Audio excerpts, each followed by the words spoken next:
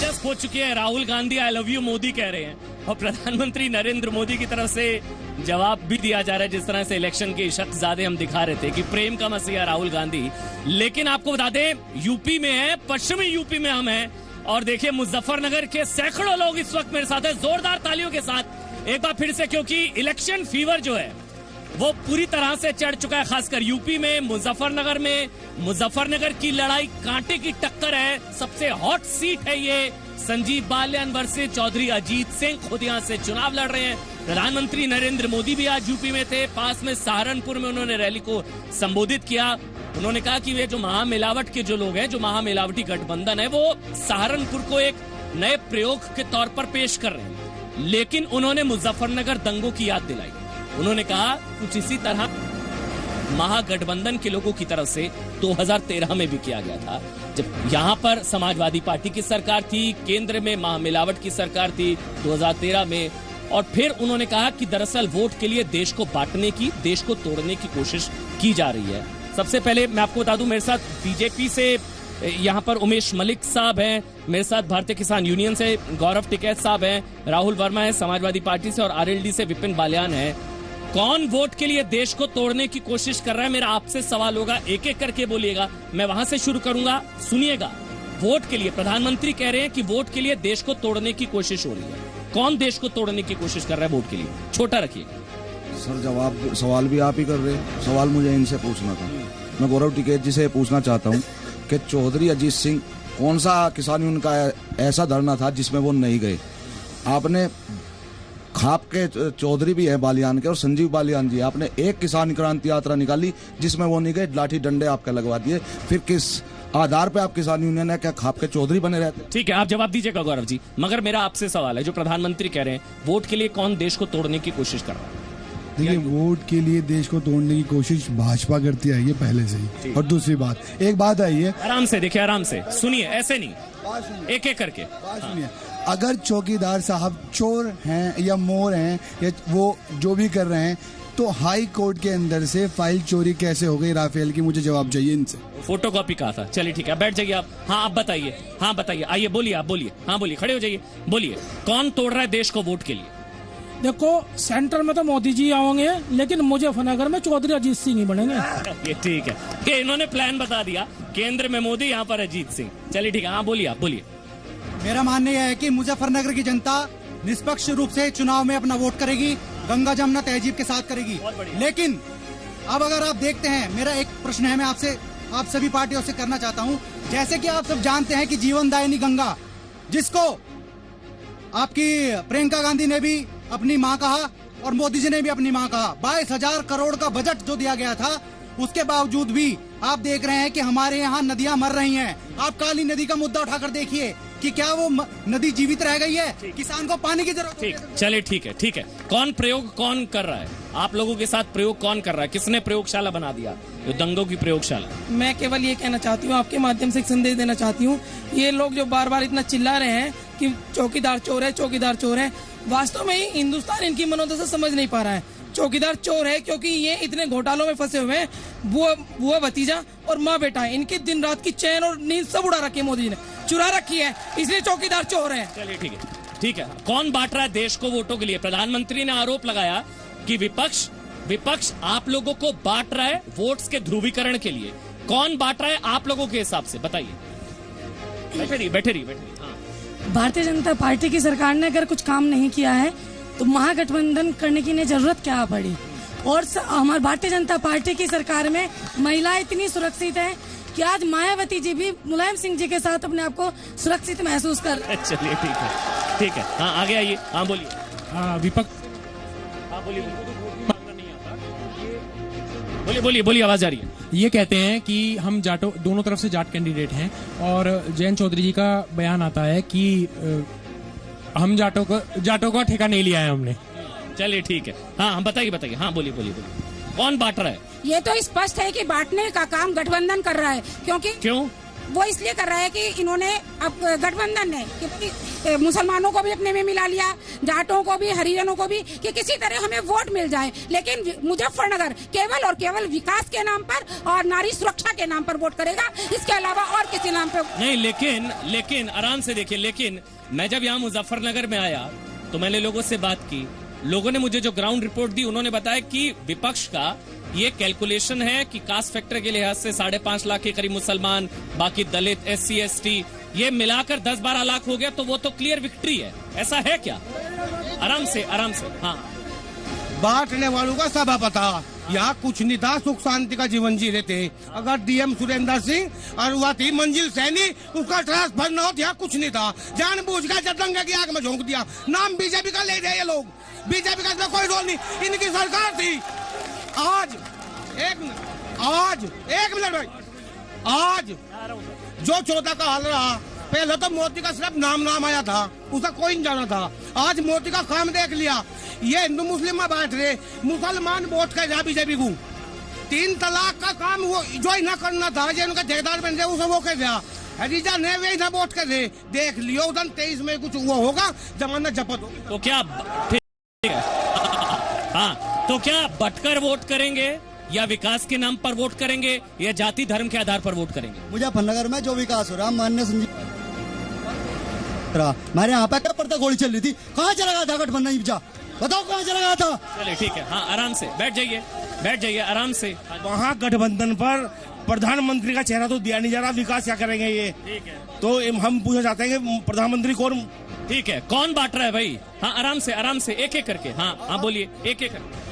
ये अजीत सिंह के लिए जो सहरासी है बहुत ही खतरनाक है। सोमपाल शास्त्री ना रहा, कौन सी? सोमपाल शास्त्री ना रहा, सतपाल ना रहा, और इनका संजीव बालियान हरा था।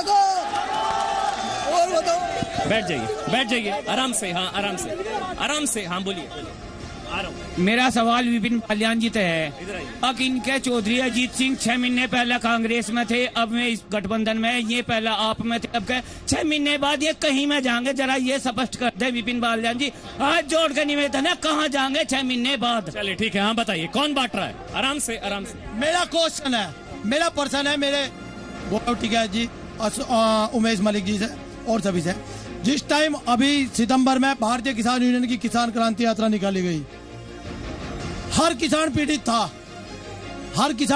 जब इन लाखों की तादाद में यहाँ से दिल्ली आपके 250 किलोमीटर की यात्रा तय करके जो हमारी किसान क्रांति यात्रा पहुंची, उस यात्रा का क्या रिजल्ट निकला? मेरे चौधरी गौरव टिकैत जी से जवाब दीजिए। गौरव जी अब 1 मिनट आराम से। अब देखिए उन्होंने सवाल पूछा, वो जवाब दें। भारतीय किसान, मैं पहले भी बताया था कि भारतीय किसान यूनियन 32 वर्षों से आंदोलन करती आ रही, सोई हुई किसानों को जगाने का काम। और निश्चित तौर पर जिस तरीके से समाजवादी के जो लीडर थे डॉक्टर मनोहर लोहिया जी, वे कह रहे थे अगर सड़क सुनसान होगी तो संसद बेलगाम हो जाएगी। निश्चित तौर पे एक किसान, एक बार सुनो, जिस थेड़ी ना भी, जब किसान क्रांति यात्रा एक ऐतिहासिक आंदोलन है, और आज अगर किसान की बात सरकार और विपक्ष कर रहा तो वो किसान आंदोलन की देन है, नहीं तो कोई किसान को नहीं पूछ रहा था। मेरी एक बात, उमेश मलिक जी भी हैं और लोकदल के भी हैं, मैं एक बात कहना चाह रहा जी, 2014 का जो घोषणा पत्र आपका था, वो विधायक जी सरकार की तरफ से आप प्रतिनिधित्व कर रहे, उस घोषणा पत्र में स्वामीनाथन कमेटी C2+50 का रेट देने की बातचीत आपकी थी, क्या वो आप लोगों ने पूरी की?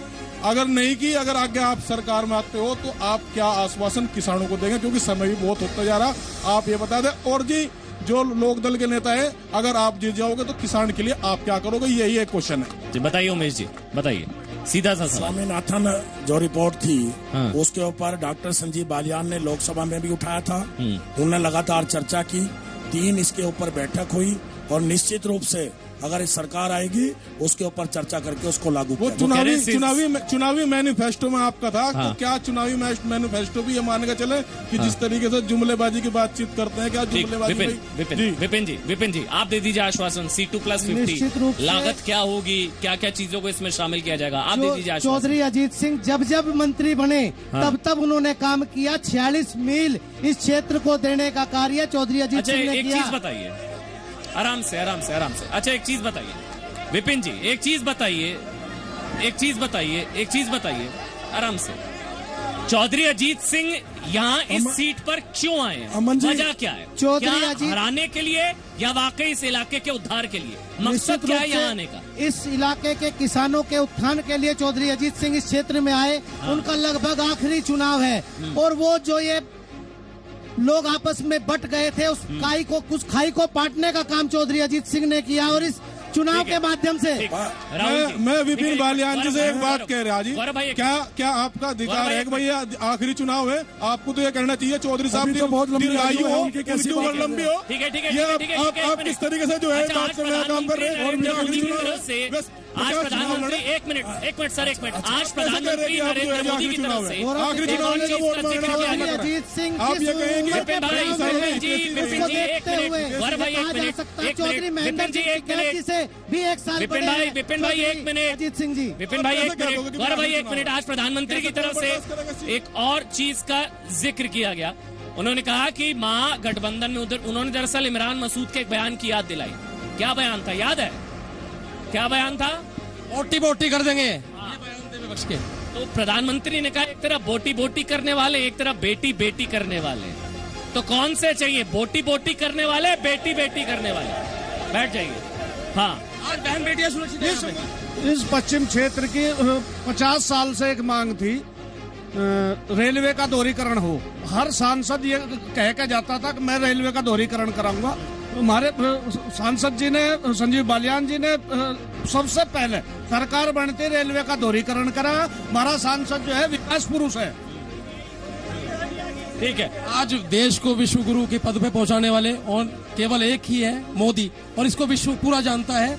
इसीलिए फिर से बार बार मोदी सरकार, इस बार मोदी। चलिए ठीक है भाई साहब, जब से मोदी सरकार आई देश में और सुख शांति है, और मोदी जी ने हमारे देश का विश्व में नाम करा है। और जैसे योगी सरकार आई है पूरे उत्तर में सुख शांति है, 12 बजे तक हमारी बहन बेटा आराम से घूमती है। ये तो आरोप लगता है विपिन बालियान जी। एक मिनट जो सवाल वो पूछ रहे हैं मैं आ रहा हूँ। विपिन बालियान जी, ये तो आरोप लगता है महागठबंधन पर। जब चाहे सवाल उठेगा आप पर आरोप लगेंगे क्या बोटी बोटी वालों का समर्थन ले रहे हैं? इमरान मसूद ने आप बोटी बोटी, वो बेटी बेटी करते हैं। आप मुजफ्फरनगर में दंगों की आग में झोंकते हैं, तब समाजवादी पार्टी का शासन था। आप मेरे ख्याल से जवाब दे सकते हैं। आप बांट रहे हैं, वो जोड़ रहे हैं, ये कह रहे हैं। हाँ बताइए, जवाब दीजिए। राहुल जी आप जवाब दीजिए। हाँ बोलिए, आवाज आ रही है आपको? देश के अंदर देखिए, जब भी चुनाव आता है, ये मैं आपसे भी ये जानकारी चाहता हूं कि चुनाव में आने के लिए अपनी राजनीतिक पार्टियां मैनिफेस्टो जारी करती हैं। भारतीय जनता पार्टी का मैनिफेस्टो पे आधा भी काम नहीं हुआ। इसके बाद मैं बताता हूं आपको कि उत्तर प्रदेश में अखिलेश जी की सरकार रही। उत्तर प्रदेश में अखिलेश जी की सरकार रही। हम लोगों ने बेटियों को कन्या विद्याधन देने का काम किया और बेरोजगारों को भत्ता देने का काम किया। आपने बांटने का काम किया, 13 में दंगे कराने का काम किया, दंगा जो हुआ करने का काम किया। भारतीय जनता पार्टी के जितने भी सांसद और विधायक हैं वो सब दंगा आरोपी थे, इसीलिए उन्हें टिकट दिया गया और वो जीते। हमारे विधायक जी भी उनमें शामिल हैं। जो दंगा आरोपी थे उन्हें ही टिकट दिए गए और उसी लहर को बताने। तो फिर बोटी बोटी वालों का समर्थन क्यों ले रहे हैं आप? बालियान जी आप बताइए ना, ये बोटी बोटी करने वालों का समर्थन क्यों ले रहे हैं? मैं उल्टा आपसे सवाल पूछता हूँ। पीडीपी, हाँ, अब आप कश्मीर पहुंच जाएंगे। मैं बता रहा हूँ, ये बोटी बोटी करके राजनीति करते हैं। भी लोग परेशान हैं। इस जिले के अंदर भी इन्होंने आग लगाई थी। इस जिले के अंदर भी मैं बता रहा हूँ, अगर उस समय 7 मुलजिम न छोड़े जाते, एक करके उमेश जी, अगर उस समय उत्तर प्रदेश सरकार के द्वारा 7 मुलजिम न छोड़े जाते तो शायद इस जिले में आग न लगती। जिले में आग लगाई उत्तर प्रदेश सरकार ने। ठीक है, बताइए। अमन जी, मैं आपके माध्यम से कहना चाहता हूं, कांग्रेस ने हमेशा देश को बांटने का काम किया है। देश को सन 57 से बांटते आ रहे हैं ये लोग। इन्होंने वहां पर वाल्मीकि समाज के 200 लोग वहां पर जमा हुए थे जम्मू कश्मीर में, जिनकी संख्या आज 2.5 लाख भी हो चुकी है, लेकिन आज तक इन्होंने उनको परमानेंट सर्टिफिकेट नहीं दिया। ये कहते हैं कि हम जातिगत नहीं करते। ये इमरान मसूद जो बोटी बोटी कहता है, वो इन लोग का काम है देश को बांटना, और देश को बांटने का काम ये कौन बांट रहा है? कांग्रेस का हाथ देशद्रोहियों के साथ। अपने मैनिफेस्टो में कह रहे कि भाई अपना वो लाएंगे, देशद्रोही का कानून हटाएंगे, 370 लगी रहेगी, और इतने ऐसे कानून ला रहे। कांग्रेस का हाथ सपा के साथ, कांग्रेस का हाथ बसपा के साथ, कांग्रेस का हाथ रालोद के साथ। मतलब ये सारे चोर है, सब मिले हुए। ठीक है, हाँ, आराम से। मेरा विपिन बालियान से एक प्रश्न है। आपने बोला कि चौधरी साहब ने मील लगवाए, हम मान रहे हैं कि मील लगवाए, वे सारे बेच खाए मायावती जी ने, उसका विरोध क्यों नहीं करते गठबंधन, क्यों किया? आपने जवाब दीजिए। अगर मायावती ने ऐसा काम किया था, उसके बाद में आपकी सरकार उत्तर प्रदेश में भी है, केंद्र में 5 साल रह चुकी है, आपने क्यों नहीं कार्रवाई की? उत्तर प्रदेश के अंदर भारतीय जनता पार्टी को अगर गलत किया था तो कार्रवाई करनी चाहिए थी, क्यों नहीं कार्रवाई हुई? अरे भैया, उत्तर प्रदेश के अंदर 10 मील लगाए, नहीं 10 मील सारे बंद चालू करा दिए, सारे बंद चालू करा दिए। ठीक है, एक मिनट चलिए, ठीक है। हाँ, एक आपका हो गया। हाँ, हाथ नीचे। मेरा जो मुजफ्फरनगर दंगे करवाने में, अरे मुजफ्फरनगर जिले को पता कि 2 शख्स है जो यहाँ बुढ़ाना विधानसभा था, उस टाइम विधायक थे, उनकी उस पर आजम खान ने यहाँ जो एसएसपी थे तत्काल और डीएम थे, उनका तबादला करा।